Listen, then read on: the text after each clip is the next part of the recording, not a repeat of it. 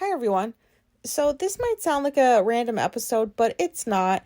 I have felt like this week has been pretty autistic, and I don't know if that's because I'm just more aware of like my thoughts more frequently this week or what, but um I jotted down some notes throughout the week so that I could just do an episode on this is the crap that I've been thinking about. This is where my brain has been taking me to this week. And I think last episode I used the word bizarre to describe some thoughts that I've been having recently, and I take that back because I need to stop using words like that unless I mean them. There's nothing bizarre about any of these things that I'm gonna share. Other than like if you're an ordinary person, then yes, because throughout the years ordinary people have made me feel weird for my thoughts and where my brain takes me for adventures, and none of this is bizarre to me. This is all normal. So it's just like random stuff that like I would think about this week, and not just like a passing thought, but like I would have the thought and then it's like that's all I'm thinking about for like an hour. Like, do you know sometimes how that happens? Like, I don't know how to describe that other than what I just said. And so I'm just going to share some of the stuff I've been thinking about. And if you're having a week where you're noticing that, you're having a lot of quote autistic thoughts, you're not the only one. And you know what? I don't even think that these should be like autistic thoughts. These are just thoughts that like most people, why don't they have them? You know what I mean? Like, do ordinary people not use their imaginations? Like, is that why they think that? I mean, I know they use their imaginations, but I'm just saying, like, is that why they think that some of the way that autistic people think is weird? Because they haven't allowed themselves to let their brains take them wherever, you know what I mean? Like, I would rather have all kinds of thoughts than like limited thinking. So anyways, at some point this week I had oh no, I was in my room, and I was like rearranging some stuff because I'm still like, if something doesn't feel right where it is, like if it doesn't feel right, I'm going to think about where's another place I can put this thing so that it feels like, oh, that's in the right space. You know what I mean? And so as I was going about doing this, I found a snack size Hershey's bar. Like in those bags that come with all those mini quote snack sized candy bars. And I thought to myself, snack size is sad size. It is sad. They need to stop making those, but they won't, and they shouldn't because people do actually don't want to eat as much chocolate at one time as I do. But I found it and I was like, oh my God, this is so sad because there's only one tiny ass little piece of chocolate here. If I'd found like a bigger bar, that would have like been more significant. But I just found that one little piece, and I ran out of chocolate. So I was kind of happy, but also sad because that's all I could find. And I was not motivated to go across the street to the store to get more. And so I thought to myself, like, damn, like snack size. Nobody should ever get me a snack size anything. Like, I don't eat just one or two pieces of chocolate. Like, I have an addiction to chocolate. I always have. And so I have to be careful, like, what I buy and how much I have in the house. And that being said, I actually have a delivery from like the chocolate candy shop place in the local area. Like, it should be coming here any minute now. So, I just thought I would share that. But yeah, I don't know. I don't ever just eat one tiny ass piece of chocolate. Why? Like, sure, I can eat it slow and savor it and be present and blah, blah, blah, but I'm still gonna want more after I'm done with that one. So, like, I don't buy myself snack size anything. When I eat chocolate, um, I eat the whole damn bar in one sitting. The only time I don't is when I get like that Hershey's giant bar, which is like 25 pieces and it's thick and you're supposed to share it. I never share my chocolate. Fuck that. Like, go get your own chocolate if you want some. So like I'll buy like family size packs. So like Hershey's has like nuggets and they'll sell them in like family size things. I'll buy that because there's many of them. So I can just have a whole bunch at once if I want. I don't know. And I love Hershey's. But I also like Cadbury, but I also like pretty much anything that's not Palmer's. Ugh, that shit's poison. So, yeah, I don't know. I'll eat any chocolate just about except for that. So that was like a thought I had. I laughed to myself and then I went on the search for more hidden chocolate just to see if I forgot that there was any anywhere else, but I couldn't find any. But yeah, snack size, give me a break. And then I was watching something on TV where they were like, the characters were at a movie and they were sharing like a popcorn thing. And that made me think of like when I used to go to movies. I don't share popcorn even before COVID. I do not like sharing popcorn. I have been to movies with people over the years. They're like, oh, we'll go up, to the snack thing to order what we want before we go into the movie theater, and whoever I'd be with would usually like be like, oh, you want to split like a medium or a large popcorn? And I would be like, you can just get a small and I'll get my own medium or whatever size I wanted, because I don't like sharing. Not to mention, I don't want grubby ass fingers like touching all the pieces of popcorn. Like, that's gross. Only my fingers should be touching what goes into my mouth. So I would never share. And not to mention, like, more for me if I don't share. But also, there's a whole thing that goes on in my head. Like, because I've done it before, and this is why I don't do it anymore. I was sharing popcorn with somebody, and it took away from enjoying the movie for me, because I would keep track of how many times did I put my hand in there to get popcorn. Am I taking more handfuls of popcorn than this person is? And, when I decided that I would stop for a little bit, and then it would just be a waiting game to be like, okay, can you hurry up and take your handful so I can get another one so you don't think I'm greedy? Like, and it's kind of funny now because, like, that person did not know that that's what I was thinking. They didn't even fucking care. They were just eating popcorn and watching a movie like a regular person. But I'm over here, like, stressing out about, am I taking more popcorn than I should? Like, oh God, no. I just want my own so I can just shove that shit in my mouth. Like, I don't care. It's all mine. So I thought I would share that too. And then, let's see, what else did I think about this week? Oh, I thought about, like, why I love reality TV so much, and you're probably so sick of me talking about reality TV, but I did think about it a little bit more than I did after the last episode when I was talking about The Golden Bachelor. I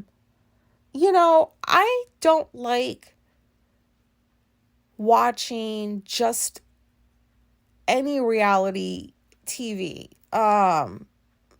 Most of them have to be, like, just about all reality TV involves some aspect of competition, whether you're trying to win a person, which is like how I view that. Like The Bachelor, it's like you get to the end and what do you win? You win a person, and hopefully that person wants to be with you for the rest of your life, and vice versa. And most of the time that's not what ends up happening. But I don't watch reality TV competition shows just for the competition. Like, I'm not gonna watch, what's that one called, Glow Up?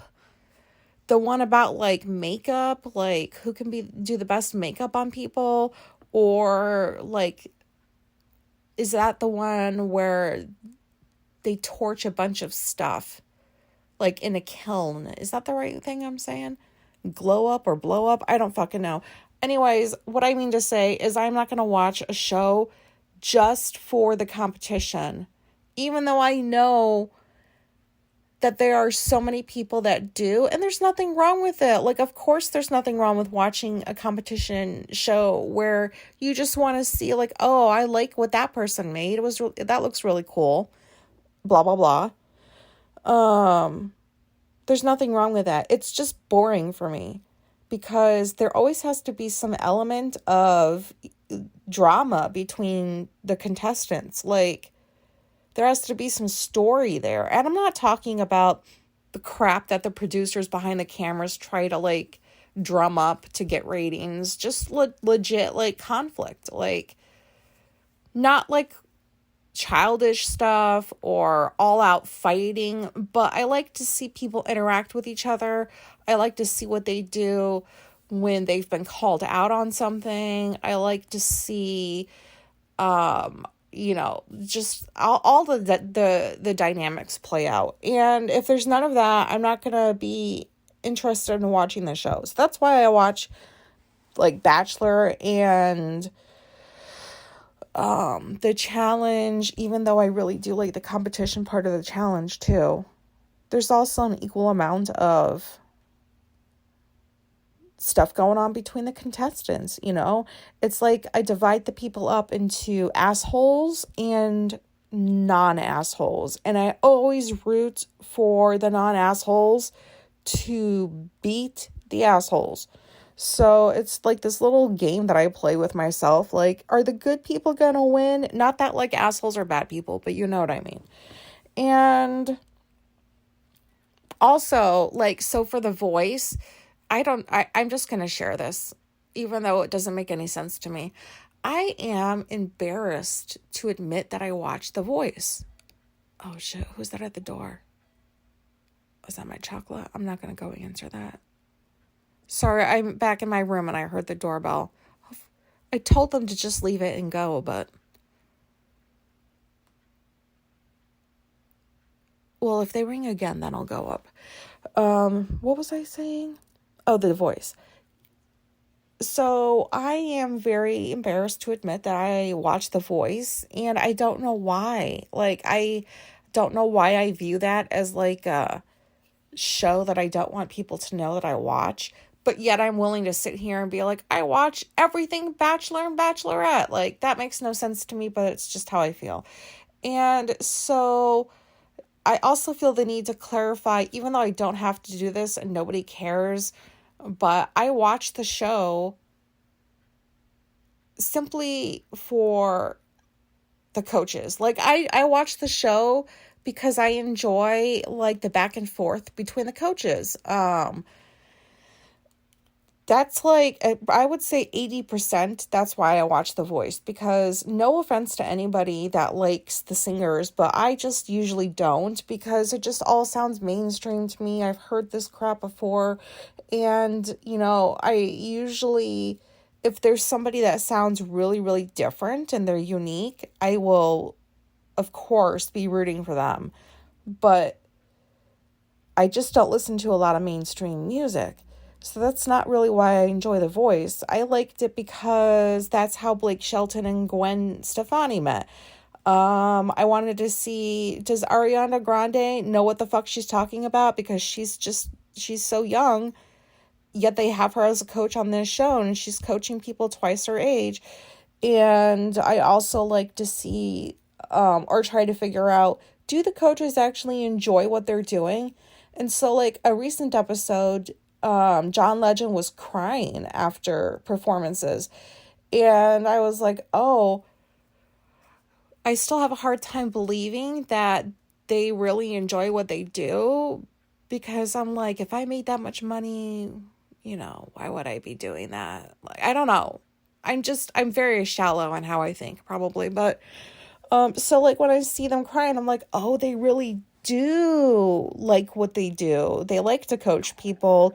They are moved by performances because I just think it's weird to have millionaires watching performances by people who have like maybe $1,000 in their bank account, for example, like in general, not everybody, but, and then when the judges start crying, it's so weird for me to understand why. Does that sound stupid? It probably sounds like weird or doesn't even make any sense, but I don't know. A millionaire crying over, like, I guess I am shallow probably. I just assume that like people who have millions of dollars don't really care about people who don't. And I know that that is such bullshit and that's not true. But The Voice is very interesting to me because I don't know, like if I had millions of dollars, I would be off like on a trip somewhere, not coaching like people, but I don't like coaching people and I don't like people in general. So that's the whole thing. This is going nowhere. I'm just going to stop. I just wanted to say I'm embarrassed that I watch The Voice, even though I watch it just for the coaches. And I don't think that's why people are supposed to watch that show or whatever, but anyways, and I'm just going to say this again. Reba McEntire, yes, I grew up listening to her, not by choice, but because my parents listened to like country music and like old rock and stuff. So this is nothing against Reba McEntire, but fucking stop telling people to open their eyes. She's still doing this shit. And so I'm going to say something, and I don't think you guys will take it the wrong way because I think you'll know what I'm trying to say.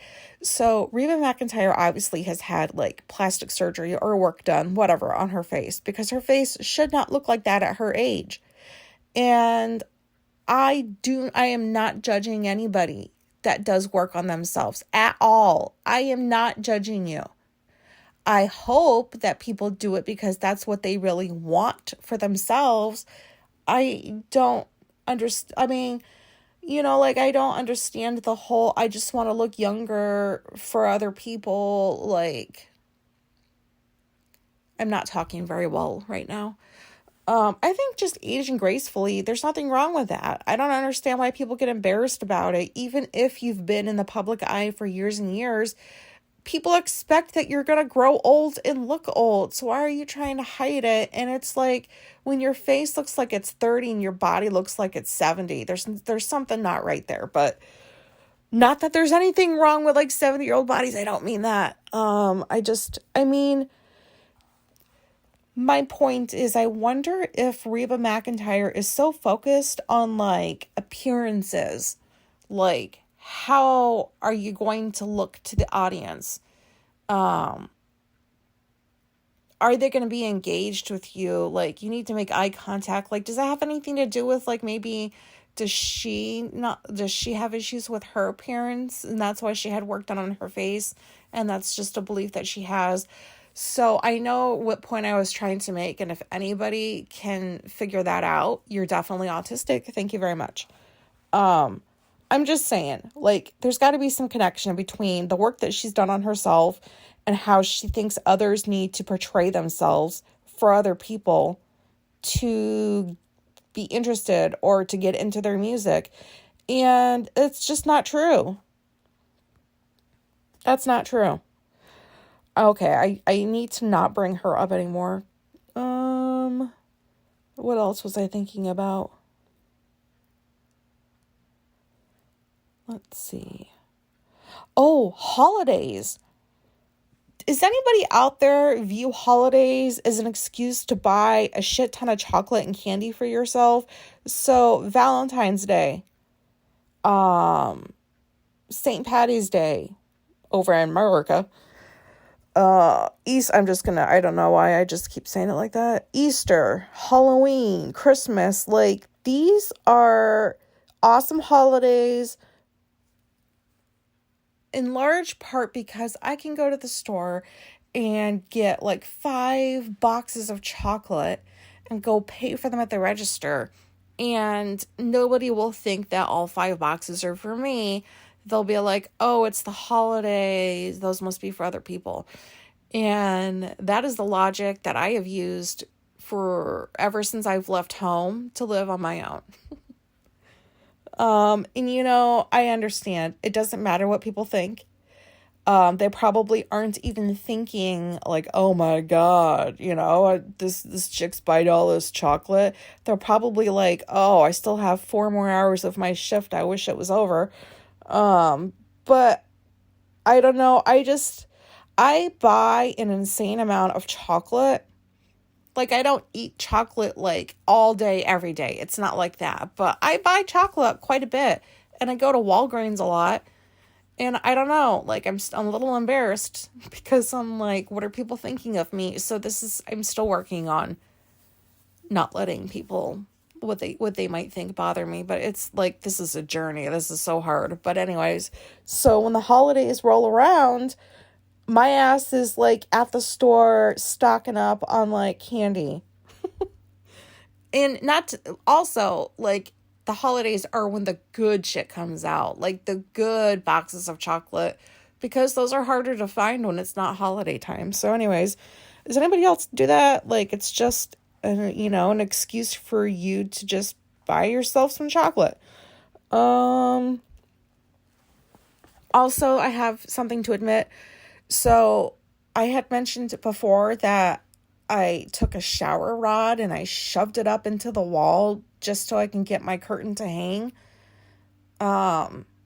Remember how I said that? And I was like, oh, at least it's not a shower curtain. And I also mentioned that I have like hundreds of stickers up everywhere, but that I'm not stupid enough to just have them stick everywhere. Like, I tape the back of them so that like I can pull them off easy. Remember how I said that? Well, I'm admitting to you that makes no sense because I have super glued some things onto the wall that I'm looking at right now. They're like holders for like pens and pencils. They're square. They look nice. I don't know. I'm not going to bother trying to describe them other than that. But I'm tired of like reaching over to grab stuff because I prefer where I sit the majority of the time to have just about everything I need within arm's reach because I am lazy, and I don't want to have to get up and sit down and get up and sit down, because I'm always reaching for things and doing things. So I super glued 2 of these to the wall next to me so that I don't have to reach over for pens and stuff. But yet, I'm not stupid enough to just stick stickers everywhere. Like, what kind of logic is this? This is autistic logic because it makes sense to me. And I'm sure like you guys understand this kind of thinking too. But I just was thinking about this yesterday and I was like, oh shit, like what is the difference? I just super glued something to the wall. Not just one thing, but like I've done this multiple times in every room I've been in. Because I don't know how to like build things properly. I'm surprised I got these shelves up back here into the wall the right way. So my solution for not knowing how to build things or to make things look nicer is just to super glue something near me so that's that. So I'm gonna just admit that I did that.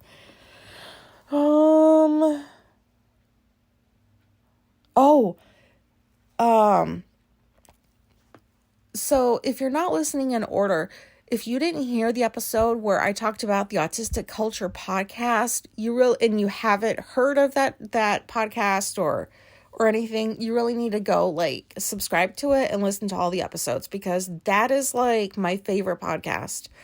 And they did a recent episode on Tim Burton, who I used to be so obsessed with, like that I could write a whole book about that. But that is just one of the best podcasts I have ever listened to.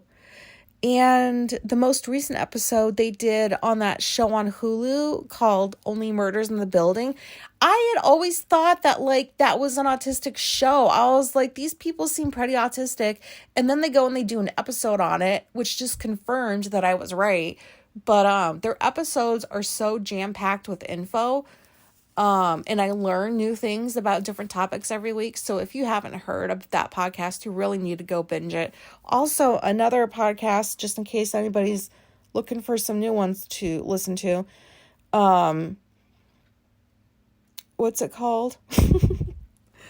Autism in Outer Space, or Autistic in Outer Space. This is terrible because I don't even remember the exact name, but it's one of those. It's like outer space, or in outer autism in space, or autism in outer space. Just go like type some of those words in and then it'll pop up. I just started listening to that one. I found that a few days ago and I'm a handful of episodes in. That's a really good one. I like that lady. It's very relatable, so go check that one out if you're looking for different podcasts to listen to. I also was watching some animal shows this week, and I have like a conundrum here because I love watching animal shows about like sharks, like just how animals and fishies and just how they live their lives and what they do. I like to learn about that. And they're so cute. But I realize they need to live by eating other animals. And I don't know, I don't like that. So like when these shows start looking like the ones where they're like, like some lion sees like a deer or something and wants to go like run after it and kill it and eat it. I always root for the animal to get the fuck away. Even though they need animals to live. Like, I don't want to see an animal die. Even though I know what happens, I don't want to watch it. Like, because I'm afraid I will never get that image out of my mind. So, like, I am obsessed with watching those shows. They're so awesome. But I also get so, like, I wouldn't say upset, but I do not like when they show animals chasing other animals, and eating them. Like, the worst is when you see episodes about that time of the year when all those baby turtles that were buried in the sand start popping up out of the sand, and there's like thousands of them, like just popping up out of the sand, out of their eggs, running toward the ocean, because somehow they all know to do that. And then the fucking birds are like swooping down and like plucking them up and eating them. And like, there's this one show I watched a couple of weeks ago where they spent like a good 5 minutes just on the baby turtles and the birds eating them. And I'm like, what the fuck? I don't want to watch this. Like, yeah, I already know that happens, but why do you have to keep showing it? Like, please, like, I just, ignorance, it really is bliss sometimes. Don't show that crap. That's so sad. Yes, birds need to eat to survive.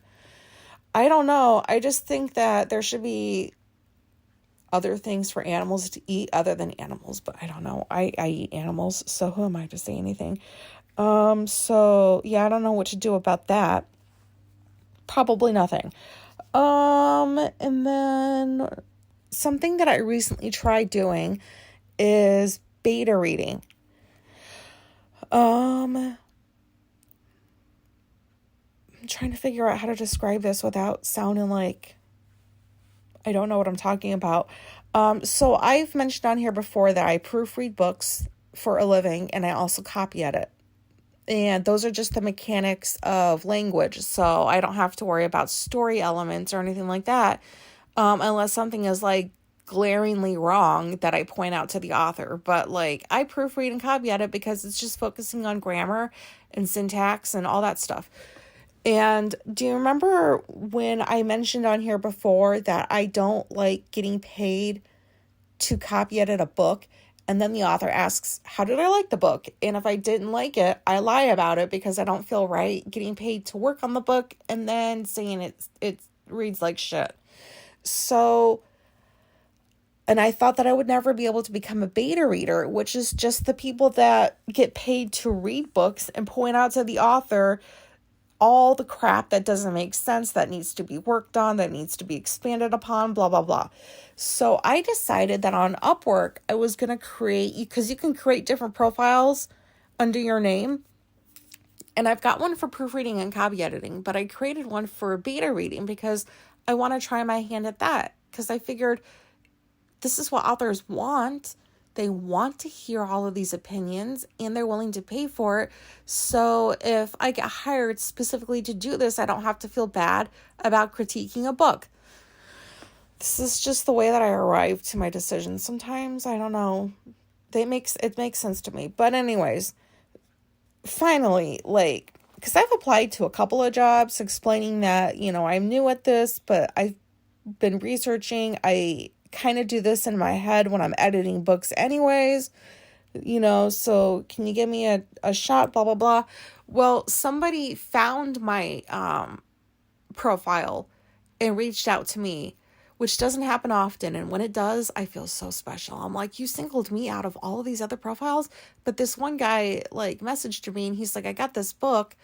So he saw that like my profile said that I was new to this and he wanted to know how much I would charge for a 60,000 word book. And I said $50 because I'm new. And that might not sound like a lot of money, and it's not, because professional beta readers get paid way more. But I'm reading a book. I don't have to like do the grammar or anything like that. And I'm just providing like my opinions. So I was okay with $50 and he was okay with hiring me for that. So I read the book. I found a beta questionnaire with like so many questions online that like I used, and I put my thoughts and my opinions down and I sent it to him, and voila, he paid me for them.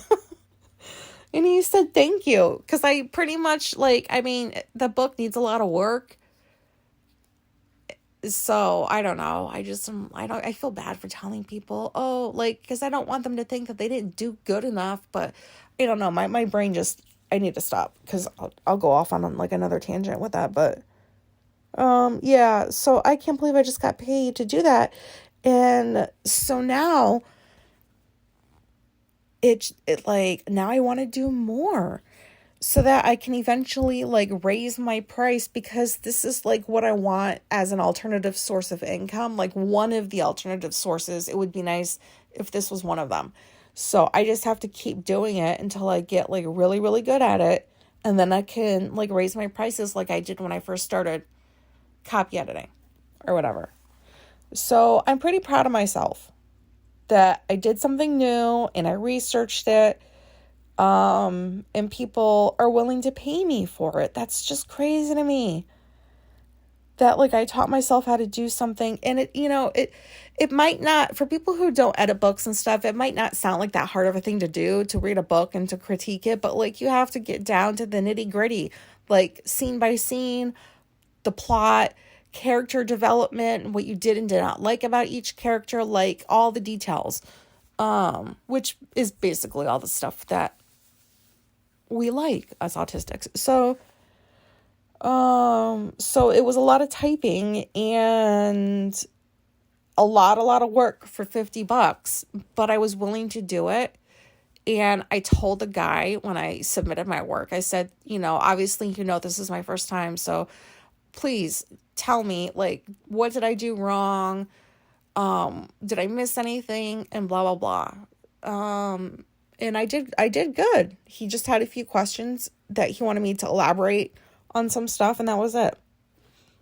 So I am going to work on that so that can become an alternative source of income.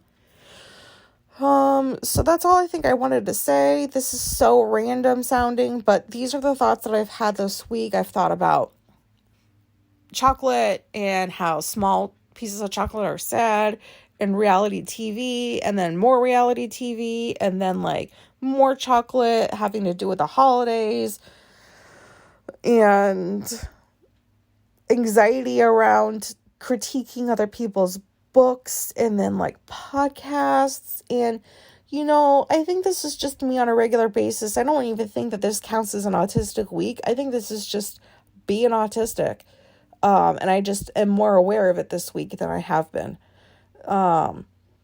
So yeah, but like these things would come up, and like sometimes I do have moments where, like, by moments, I mean like maybe a week or two, maybe a month at most, where like a lot of the thoughts that come into my mind stay there, and I think about whatever the thought is, and then I create a story about it, and then I create like a what if scenarios about it. Like, do you know what I mean?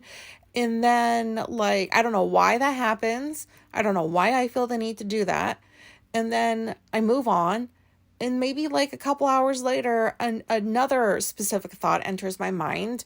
And I want to like just create a whole, like, I just want to think about that for like an hour or two. Like, I don't know what that is. Is that just regular brain use? Am I just using my brain and that's just normal and that's it? I don't know. I think I'm overthinking. Maybe that could be it, because I overthink a lot. So if any of this was relatable, not necessarily like the random stuff, but if anything I shared was relatable, such as super gluing crap to your walls when you're a full-grown adult, then good. You're not the only one. And,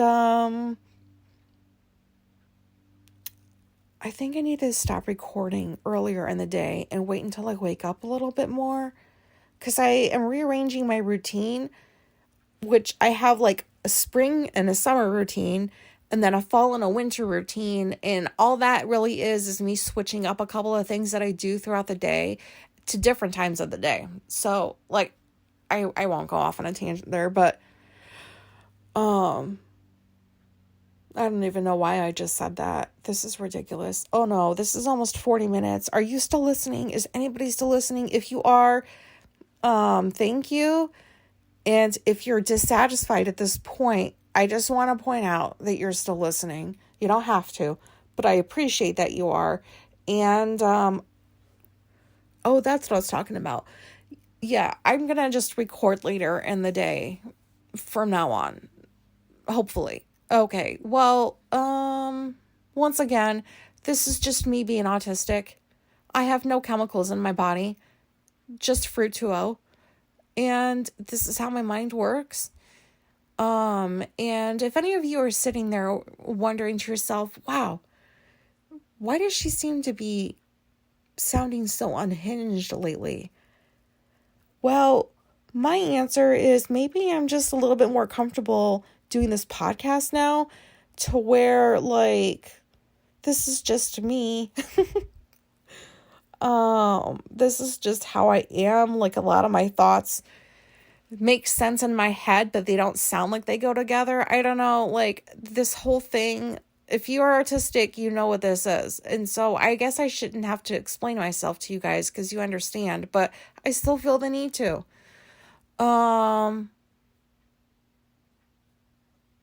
Yeah, I hope this episode like was relatable, and I will definitely, this was a planned episode. It may not sound like it, but it was planned. But I'll do like one that sounds like it was planned next time. Okay. I'm sorry. I'm just sorry about whatever you think about this episode. If it's good, great. If it's not, I am so sorry.